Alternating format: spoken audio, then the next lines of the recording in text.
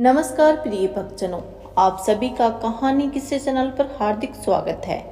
आज के वीडियो में हम सुनेंगे सावन माह के कृष्ण पक्ष की पुत्रदा एकादशी व्रत की कहानी। तो आइए कथा सुनते हैं। द्वापर युग के आरंभ में महिष्पति नाम की एक नगरी थी, जिसमें महीचीत का नाम का एक राजा राज्य करता था। लेकिन उसके कोई पुत्र नहीं था। पुत्र नहीं होने के कारण राजा के राज्य का सुखदायक नहीं लगता था। राजा का मानना था कि जिसके संतान ना हो उसके लिए लोक और परलोक दोनों ही दुखदायक होते हैं। पुत्र सुख की प्राप्ति के लिए राजा ने अनेक उपाय किए, परंतु राजा को पुत्र की प्राप्ति नहीं हुई। वृद्धा अवस्था आती देखकर राजा ने प्रजा के प्रतिनिधियों को बुलाया और कहा कि हे प्रजाजनों, मेरे खजाने के अन्याय से उपार्जन किया हुआ धन नहीं है। न मैंने कभी देवताओं तथा ब्राह्मणों का धन छीना है और किसी के दूसरे की धरोहर भी मैंने नहीं ली।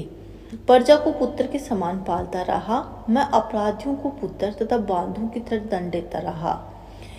कभी भी किसी से गणना नहीं की, सबको सम्मान माना है, सज्जनों की हमेशा सेवा की है। इस प्रकार धर्म युक्त होकर राज्य करते हुए भी मेरे कोई पुत्र नहीं है। इस कारण मैं अत्यंत दुख पा रहा हूँ। इसका क्या कारण है? राजा महीचीत की इस बात को विचारने के लिए मंत्री तथा प्रजा के प्रतिनिधि वन को गए। वहां बड़े बड़े ऋषि मुनियों के दर्शन किए। राजा की उत्तम कामना की पूर्ति के लिए किसी श्रेष्ठ तपस्वी मुनि को देखते फिरते रहे।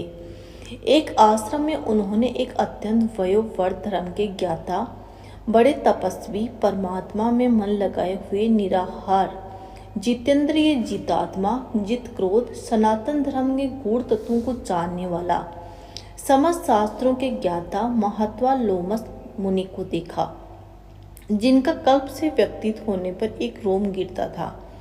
सबने जाकर ऋषि को प्रणाम किया। उन लोगों को देखकर मुनि ने पूछा कि आप लोग किस कारण से आए हैं? निसंदेह ही मैं आप लोगों का हित करूंगा। मेरा जन्म केवल दूसरों के उपकार के लिए हुआ है, इसमें कोई संदेह नहीं है। लोमस ऋषि के ऐसे वचन सुनकर सब लोग बोले कि हे महर्षि, आप हमारी बात जानने में ब्रह्मा से भी अधिक समर्थ हैं, अतः आप हमारे इस संदेश को दूर कीजिए।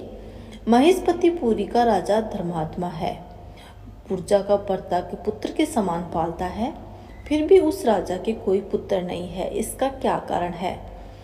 उन लोगों ने आगे कहा कि हम लोग उसकी प्रजा हैं, अतः उसके दुख में हम भी दुखी हैं। आपके दर्शन से हमें पूर्ण विश्वास है कि हमारा ये संकट जरूर दूर हो जाएगा, क्योंकि महान पुरुषों के दर्शन मात्र से ही अनेक प्रकार के कष्ट दूर होते हैं। अब आप कृपा करके राजा के पुत्र होने का कोई उपाय हमें बतलाइए। ये बात सुनकर ऋषि ने थोड़ी देर के लिए नेत्र बंद किए और राजा के पूर्व जन्म का वृत्तांत जानकर कहने लगे। ये राजा पूर्व जन्म में एक निर्धन वैश्य था। निर्धन होने के कारण इसने कई बुरे कर्म किए। यह एक गांव से दूसरे गांव व्यापार करने के लिए जाया करता था। एक समय ज्येष्ठ माह के शुक्ल पक्ष की द्वादशी के दिन मध्या के समय, जब वह 2 दिन से भूखा प्यासा था, तो एक जलाशय में जल पीने चला गया। उसी स्थान पर एक तत्काल ब्याई हुई प्यासी गो जल पी रही थी। राजा ने उस प्यासी गाय को जल पीते हुए हटा दिया और स्वयं जल पीने लगा। इसलिए राजा को यह दुख सहना पड़ा। एकादशी के दिन भूखा रहने से वह राजा हुआ और प्यासी गौ को जल पीता हुआ हटाने के कारण पुत्र योग का दुख सहना पड़ा। ऐसा सुनकर सब लोग कहने लगे कि हे ऋषि, शास्त्रों में पापों का प्रायश्चित भी लिखा है, अतः जिस प्रकार राजा से ये पाप किया है, आप कोई ऐसा उपाय बताइए जिससे कि पाप नष्ट हो जाए।